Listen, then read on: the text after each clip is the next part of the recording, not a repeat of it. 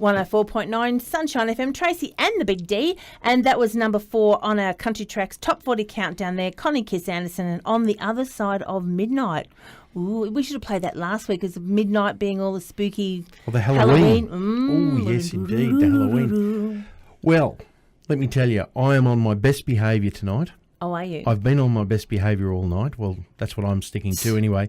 Last time we had this fabulous couple on, we got in all sorts of trouble because we spoke about everything except what we were supposed to talk about. That's right, we did too. We got sidetracked about marketing and how to make yourself a superstar and how to do all the responsible things. So we're not doing any of that tonight. We're talking about their new album. But what a wonderful world we live in that we can do that sort of thing. Oh, did you like that? What a lovely segue. And two of the loveliest people in country music are Carter, and they join us now, Dave and Marilyn. Thanks for joining us, guys, and congratulations on the new album. G'day, Tracy and the Big D. How you doing? Oh, so good. Thank you. I give you 9.5 out of 10 for that segue. That was really good. It was pretty good, wasn't it? I've been working on that all day. Excellent.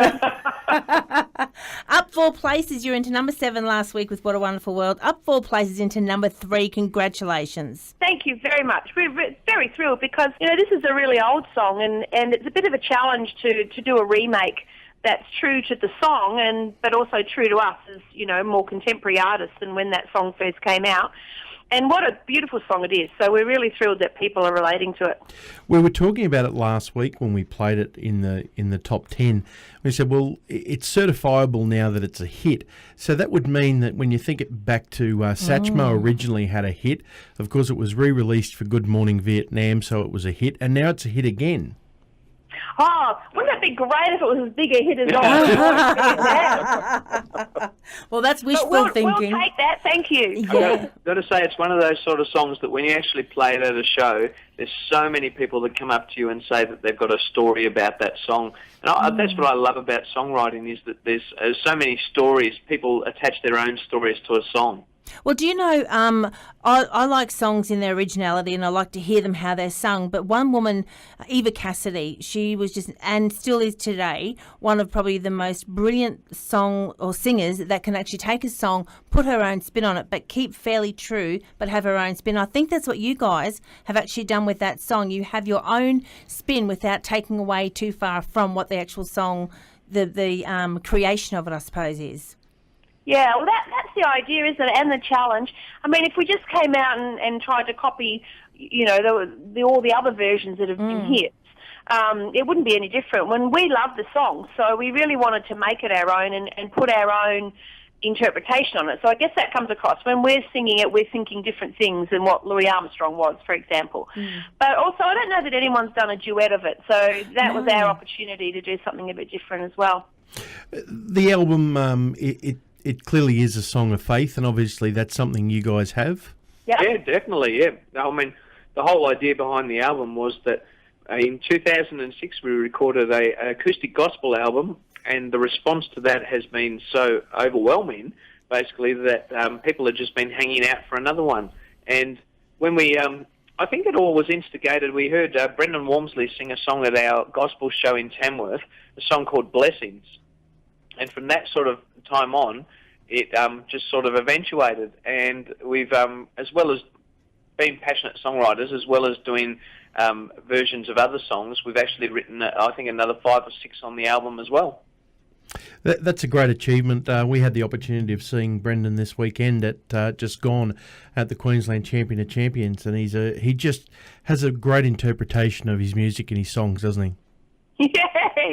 I wish we were there. I haven't seen him for ages. Actually, he did. He also, for those people who may not know, he also played a starring role in Phantom of the Opera this year up in Toowoomba. Yes, they mentioned that. They said he was, and apparently they reckon he sings just like Frank Spencer. Awesome. Okay, well we're gonna have to keep going. Now the album, where do people get it from? Well, the easiest way is to Google carterandcarter.com.au and find all the details there. Order it direct from us. Go to your local store that sells country music CDs. There's still a few around. Go to iTunes, all of the above. Easiest way. So if you do get stuck, just go to the website and find it there. We're going to go out with a different song. We have been playing Wonderful World and getting great feedback and great response. And obviously right around Australia, the same can be said.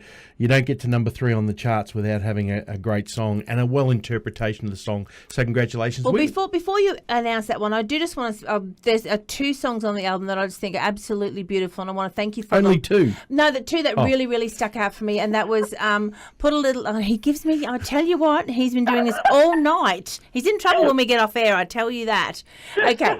Put a Little Love in Your Heart, and also The Spirit of the Drover. I just think those 2 are just absolutely beautiful to sit down and strip back and listen to word by word. And they couldn't have come from different places either. I mean, Put a Little Love in Your Heart is one of those ones that we probably would never have recorded, except we sing it live a lot and people love it, so we put a live version on it. On there, but Spirit of the Drover came about because we've done a lot of work with a foundation called the Artesian Foundation, who runs charity events, and in this particular case, droves to cattle, and corporate people come along, pay good money, and the money goes to putting chaplains in schools, particularly in that case in Queensland, and so the song came out of that. Very close to our hearts, that one. Well, it's beautiful, absolutely beautiful. Well, nothing more appropriate to play now than this third track on the album. It's called Good News, and it's all about hearing good news. We're going to go out with that. Dave Merrilin, it's great to catch up with you again. Good luck. Let's hope it's not another 12 months before we chat to you. we should actually just let you know we will be in Brisbane tomorrow, I think it is. Yeah. Right. Thursday. What's today? Friday. Friday night. And if people would like to come along, we're doing a house concert. Okay. And in Bellbowrie. Out in the western suburbs? Yeah, so just call 0416 075 638. There are some tickets left, just a few, $25. And, it's a house concert, but they've allowed us to open it up to the wider public. So if anybody would like to come along to that, Bellbowrie, Friday the 7th at 7 p.m. And Kiara Rodriguez, Anais Campbell, and Bridget O'Shaughnessy will be performing as well. Fabulous. What some great talent there. You've got some brilliant young talent there from local talent. Kiara Rodriguez, last year's Voice of Urban winner in Wiltshire. Bridget O'Shaughnessy got a new album out at the moment. Yeah, very good. Well, you know what? We're going to put all that information on our website as well, and we'll put a link that takes you straight through to Carter and Carter, and you'll be able to get all the details on there as well. Awesome. Thank you so much. Thanks a lot, guys. And here it is. Here's Good News.